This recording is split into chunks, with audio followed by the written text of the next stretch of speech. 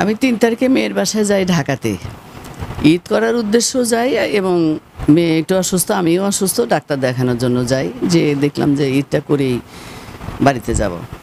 তো ৩ তারিখে যাই, ৩, ৪, ৫, ৬ তারিখে শুক্রবার, ৭ তারিখে আমাদের ঈদ হলো। সকালে আমি ৭টার দিকে মনে হয় আমার এখান থেকে যে প্রতিবেশী আমাকে ফোন দিল যে আম্মা আপনি কি বাড়িতে আসছেন? আমি বললাম না তো। বললো যে আপনি বাড়িতে আসেন নাই, কিন্তু আপনার খোলা, গেট খোলা। তখন আমি বললাম যে গেট খোলা, তাহলে ভিতরে একটু ঢোকো, ২-৩ জন নিয়ে ঢুকে দেখো বাড়ির কি অবস্থা আমার।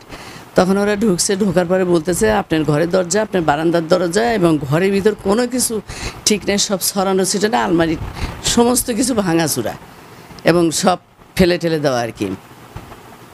তো আমি তখন বললাম যে ঠিক আছে, কজন দেখলেও? বললো যে ২-৩ জন। বললাম যে একটু তালাটা লাগিয়ে দাও, কোনো লোকজন না ঢোকে। বলার পরে তারপর এদিকে ঈদের নামাজ, আমি ফোনও দিচ্ছি, একে ওকে ফোন দিচ্ছি, কেউ রিসিভ করছে না। নামাজ পড়ে ফোন রিসিভ করলো ওসি স্যার। আগে DSB Nazrul sir phone receive করছে, বললো যে আমি নামাজ পড়তেছি।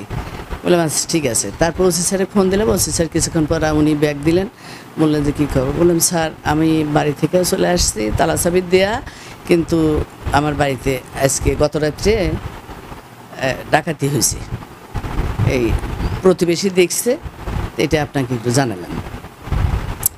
তো উনি শুনলেন, শোনার পরে আমি প্রতিবেশীর কাছে শুনলাম, বললো যে হ্যাঁ ৩ জন পুলিশ পাঠায় দিয়েছে আর কি, ওনারা দেখে গেছে, দেখে ভিডিও টিডিও করে নিয়ে গেছে।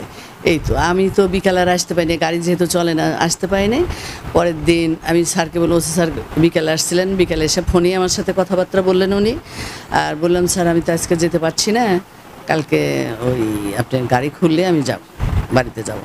তো বাড়িতে আসলাম পরের দিন ৩টা বাজে, আর যে আমি পড়ছিলাম 3টা বাজলো। তখন এসে দেখি যে হ্যাঁ আমার আলমারি ভাঙা এবং কোনো কিছুই নেই। আমার স্বর্ণ অলঙ্কার ছিল 20 ভরি, 60 ভরি রূপো, মানে চান্দি আমার যে মেয়েদের গহনা, ওগুলো রূপোর দিয়ে সব কিছু ছিল। আর ওইটা ছিল ওই আলমারির, স্টিলের আলমারির যে সিন্দুক থাকে তার ভিতরে ছিল ওইগুলো।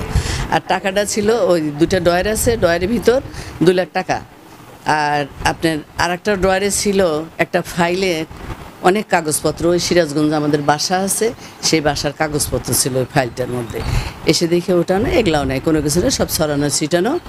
তো বিকালে আবার স্যার এসে, ওনাকে ফোন দিলাম, স্যার আমি বাড়িতে আসছি। ওনারা আবার বিকালে আসলেন, এসে দেখে গেলেন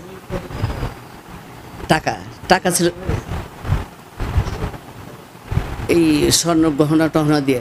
এবার যে 20 ভরি সোনার দাম তো নিশ্চয়ই 35 বা 38 হবে, এইরকম হবে। 2 লাখ হয় নাই মনে হয়, 38 এরকম হবে আনুমানিক, আমি তো হিসাব করি নাই।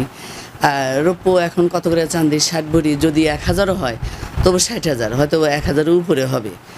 আর টাকা তো 2 লাখ ছিলই। আর এই ঘরে, আমার মেয়ের ঘরে ছিল মনিটর, তারপরে রাউটার এগুলো সব ছিল, বাইরে সিসি ক্যামেরা ছিল, এটা অফ ছিল অবশ্য, সেগুলো সহকারে সব নিয়ে গেছে।